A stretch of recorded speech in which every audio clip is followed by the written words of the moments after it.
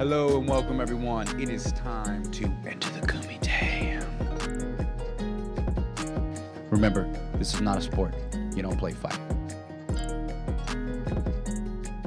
We have had a lot of amazing fights this year. It was tough to come up with the top three, and I'm not even sure if I can say that these fights are better than the others, but they do stick out to me. First up, we have Jeremy Stephens versus Clay Collard. The first fight actually took place in the PFL, but damn, it was a blast to watch, and I got to see everything sitting cage side, which is always a plus.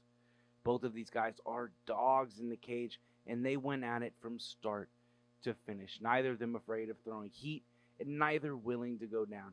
Stephens packs a punch, man, but Clay just ate them. I love to see the slick boxing approach with the tight slipping and rolling and good work to the body, and there was a good bit coming from Clay Collard. It's even more fun when the other guy catches them clean, snaps their head back, and that's exactly what Stephens was doing. I was waiting for Clay Collard to get caught and finish throughout that entire first round, but he took them and he dished it back out. And there weren't many downbeats either. Even in the clinch, they were keeping up that hectic pace.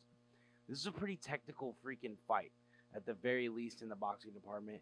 But the real reason I made this list is because it was an absolute back and forth dog fight.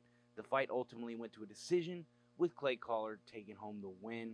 The fight could have been stopped about 4 or 5 times, but luckily both guys were able to carry on to the end. Next up, we have Armin Saryukian versus Matteo's Gamra. Now, this fight made it into the list because of the high level of everything displayed. I mean, these guys are the future of the lightweight division. And I'm a sucker for high-level wrestling and scrambling, especially the scrambling. When dominance is consistently changing and both people are getting reversals and some reversals are countered and they end up in an even stronger position, I eat that shit up. And this fight was exactly that. I seriously can't think of anything more exciting than watching a fight be so back and forth within every aspect of MMA. The striking, the wrestling, the grappling. This was all very high level. You can see just how high level their striking and grappling exchanges are too. They have options from every position, and they're quick to jump on it and adjust. Also, the amount of counters and reversals that were on display just had me going. They kept the fight from getting stale when someone would lose position. I love it when people don't settle on bottom. This one was exciting from start to finish. Both guys were rocked. Both guys came back and fought through adversity. Both guys didn't have an ounce of quitting them, and both guys were very evenly matched.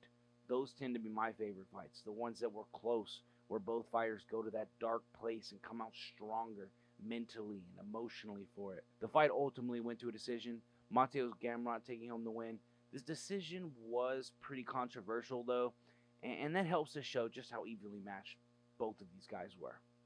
Okay, time for Into the Kumite's #1 fight of the year. We're going with Glover Teixeira versus Yuri Prohaska for 2022. This fight was an instant classic. Yuri may be one of my personal favorite fighters on the UFC roster. I mean, how can you not respect a true martial artist such as himself? He embodies the fundamentals of martial arts philosophies, and of course, he is always participating in the most insane fights. And as for Glover, I mean, what a story. He made a second run back to the title and won it at the ripe age of 42. Teixeira is the fucking man. Right from round 1, they were going at it like madmen. Both guys had almost finished the other by the end of that round. When Glover was in full mount and slicing those elbows in and dropping his weight into his punches, he just bombs. And then he tries to slip in that arm triangle. Then by the end of the round, Yuri's on top and he's dropping bombs. Almost finishes Glover. There's just no quit in Yuri Prohaska, in either guy really. But watching Yuri on the bottom get the life squeezed out of him by Glover with an arm triangle, it was incredible to see him not even get discouraged, not even once. Well, at least not that he showed. The fireworks on the feet also had me going. There were a lot of little mistakes made by both guys, but watching these guys both get rocked multiple times and stick in the fight only to throw down harder, it's just crazy. It was just so back and forth the entire fight. Both guys were catching each other on the feet. Both guys were doing damage on the ground. this fight keeps you on the edge of your seat through every single fucking round. Glover Teixeira was winning that fight on the scorecards. It was close, but he was up by a round going into the 5th, and he was honestly winning that 5th round. But Yuri ends up locking in a rear naked choke with only 30 seconds left in the fight, and he did it without even having hooks in. To think that the knockout artist would come in here and win by submission against the BJJ expert with 30 seconds left in the fight, it's just insane to me. It's like in a movie or some shit. But 2022 was a crazy year with a ton of good fights.